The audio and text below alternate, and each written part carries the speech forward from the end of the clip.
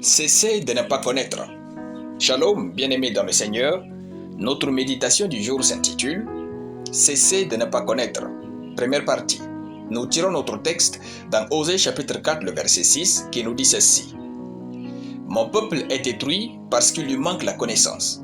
Puisque tu as rejeté la connaissance, je te rejetterai et tu seras dépouillé de mon sacerdoce. Puisque tu as oublié la loi de ton Dieu, j'oublierai aussi tes enfants. » Alléluia. Il n'y a rien de plus irritant qu'une personne qui est supposée savoir quelque chose, mais qui ne saurait le savoir. Il est légitime de ne pas tout connaître, mais il est impératif de connaître ce que vous devez connaître. Le manque de connaissance est plus pire que le diable.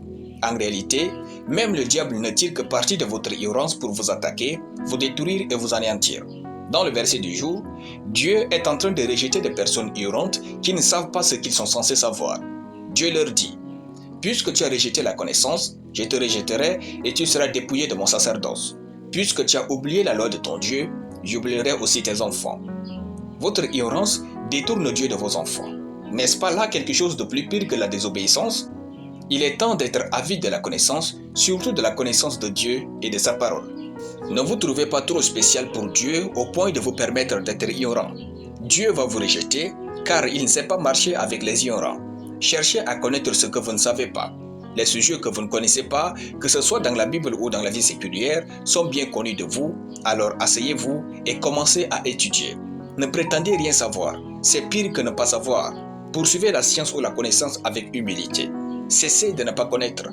Lorsqu'on vous demande quelque chose que vous êtes supposé savoir, ne répondez pas « je ne sais pas » et vous vous arrêtez là. Demandez un peu plus de temps et allez chercher cette chose jusqu'à ce que vous trouviez. Puis apprenez, maîtrisez, testez et pratiquez cette chose. Enfin, revenez, dites à votre interrogateur que vous connaissez maintenant ce qu'il vous demandait. Si vous n'êtes pas capable de penser et de vivre ainsi, vous n'irez jamais loin avec Dieu. La grâce de Dieu n'est pas de la médiocrité, elle est avec vous pour pousser vos efforts là où ils ne peuvent pas vous conduire. Payez des livres et des formations, éradiquez l'ignorance de votre vie au maximum. Dieu sera glorifié par vous. Alléluia. Nous allons prier.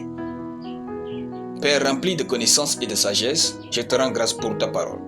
Je désire et je recherche la connaissance au nom de Jésus. Amen. La lecture biblique en une année, Jérémie chapitre 21 à Jérémie chapitre 24. Soyez bénis, c'était le pain du ciel.